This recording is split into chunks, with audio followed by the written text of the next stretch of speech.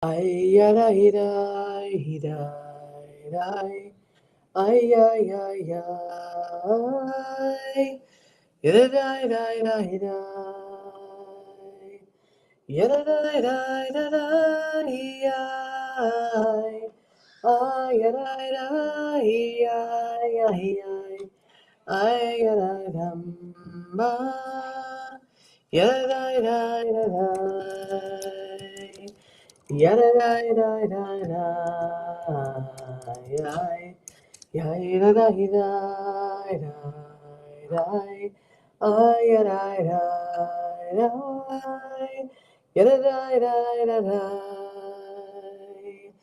Yabba ya ya da ya da da ay ya da da ya ya da ay ya ya ya ya da da da da dum ya da da da da da ya dum oh ay ay ay ay ya ba ba ya.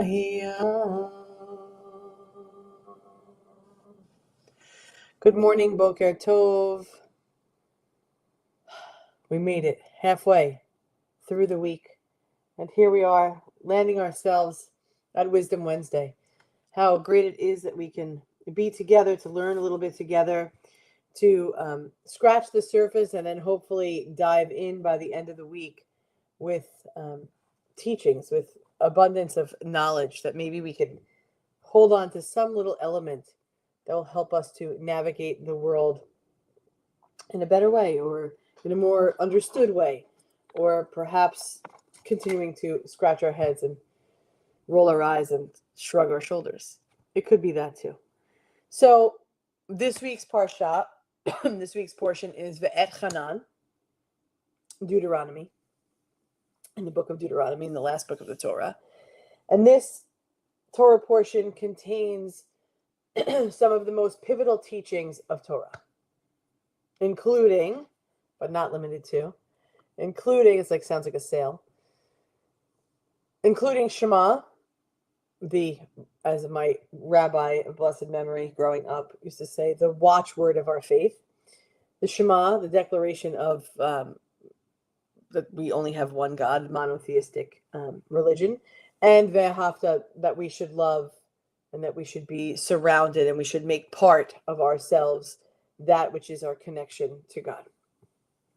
These are two of the most central prayers in our tradition. And so this week's Parsha is deeply focused on love and responsibility and the covenant between oneness and our people. So there are a couple of themes always, and then there's ways that we can try to relate them to the world in which we live today. Sometimes it's easy, sometimes it's not. The themes for that are readily available or abundant or in your face for this parsha in particular is Moses's, don't name your kid Moses. Moses's room is a mess. Moses's plea to enter the land. And so Moses pleads with God to allow him to enter the promised land, but he is denied. We know he worked all this time in his best moments and in the moments that were most shaky or uncertain, or maybe not in the best leadership. There's not many of those, but nope, sorry, you're not coming in. His plea, though, underscores this desire for redemption and the importance of accepting consequences of past actions, even when they're difficult. Like, yes, Moses says, he knows, yes, I wasn't perfect. Yes, things went awry, things went wrong, things weren't exactly as God wanted them or commanded them to be. But here I am. I'm trying to redeem myself. I know the consequences are here and I have to accept them, but come on. But God says no. And Moses doesn't get to enter. The second theme present here is the Shema. This watchword of our faith, this most important prayer of Judaism. Hear, O Israel, God, or the Lord as it says, is our God, and God is one. Followed by the next paragraph that says to love God with all your heart, with all your soul, with all your might, with all your being. This commandment is more than belief. It is this wholehearted devotion to connection, to this part of our lives that shapes our daily life.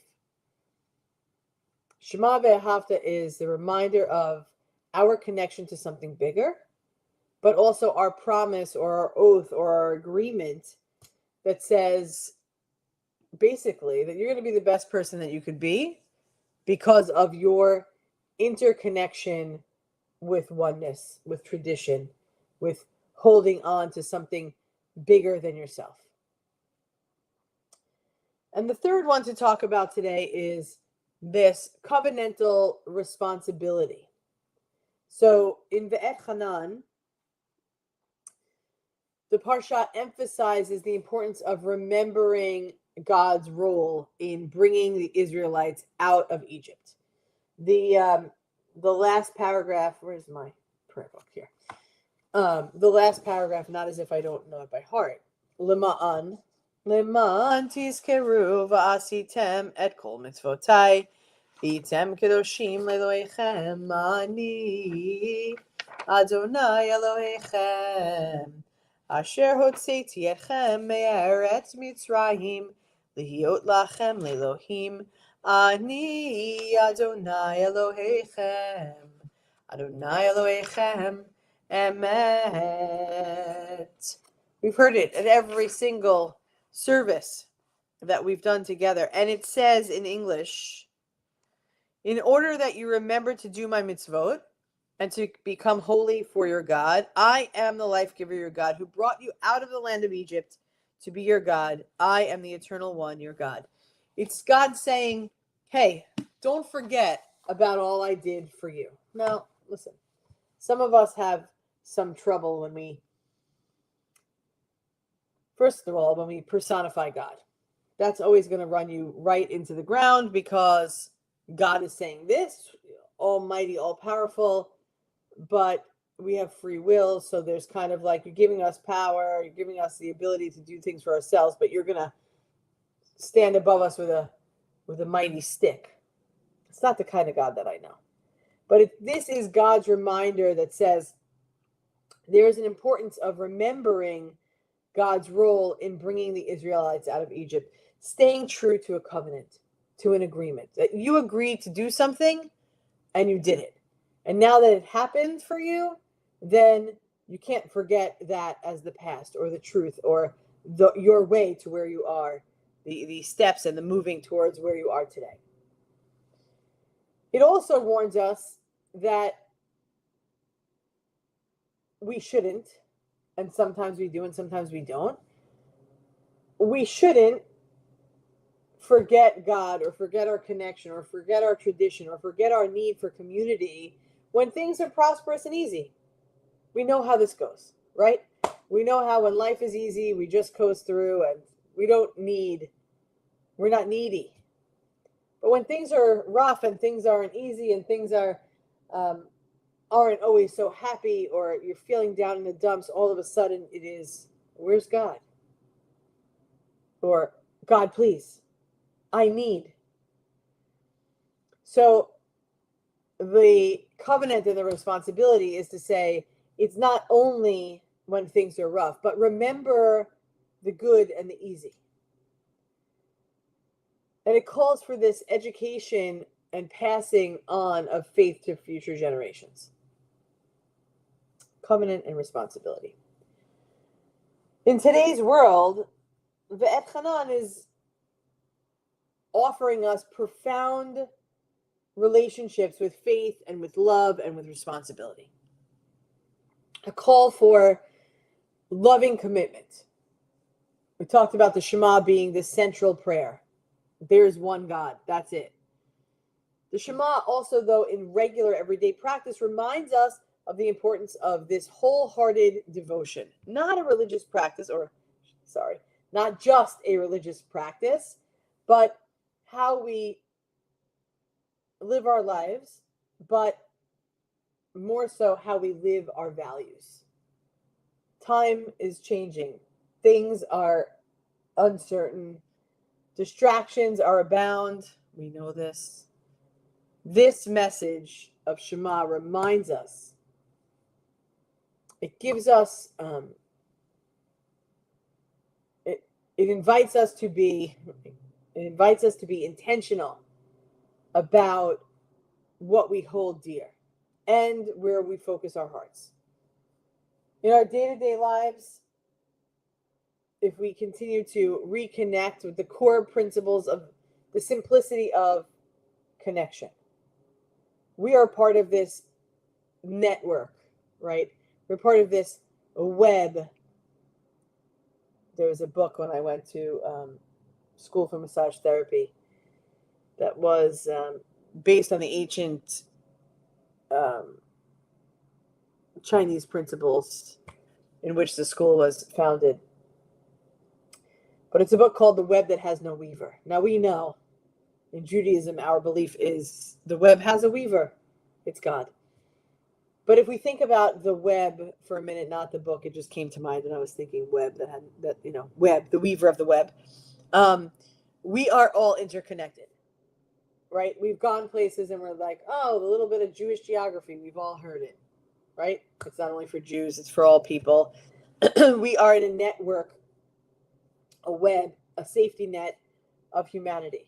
Yes, the safety net feels like it doesn't exist in these days, but there is something there. But we are to be intentional about our focus. In our day-to-day lives, we are constantly competing about what's a priority. This portion, this week's Torah portion, invites us to reconnect with the core principle of we are connected to the divine. And by extension, we are able to love others with our whole selves. The call for loving commitment. This week's Parsha says, hey, open your heart. With your whole self, open your heart, your whole being to love others, because that's what we are taught in the connection with oneness. We have this reciprocal exchange of love, and so now we have to share it with the rest.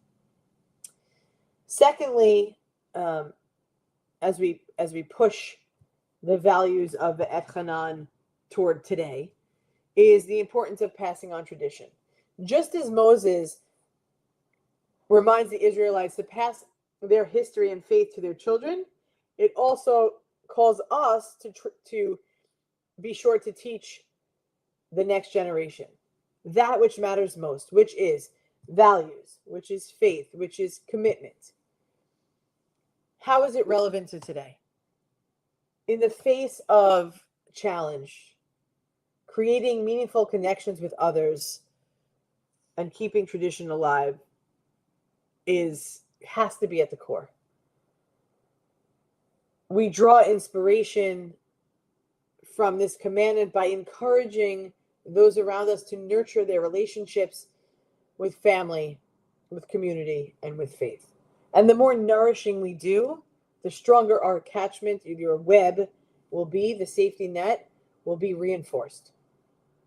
And then there's, of course, acceptance and accountability. I have this sneeze that's been in my trying to sneeze since like 4:30 a.m.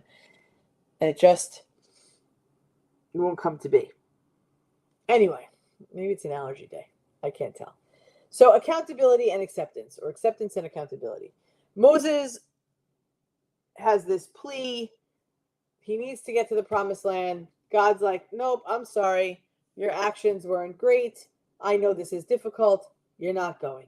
So in a time when accountability and personal responsibility are vital in society, politics, social justice, personal relationships, the theme finds itself It's relevant. It resonates deeply.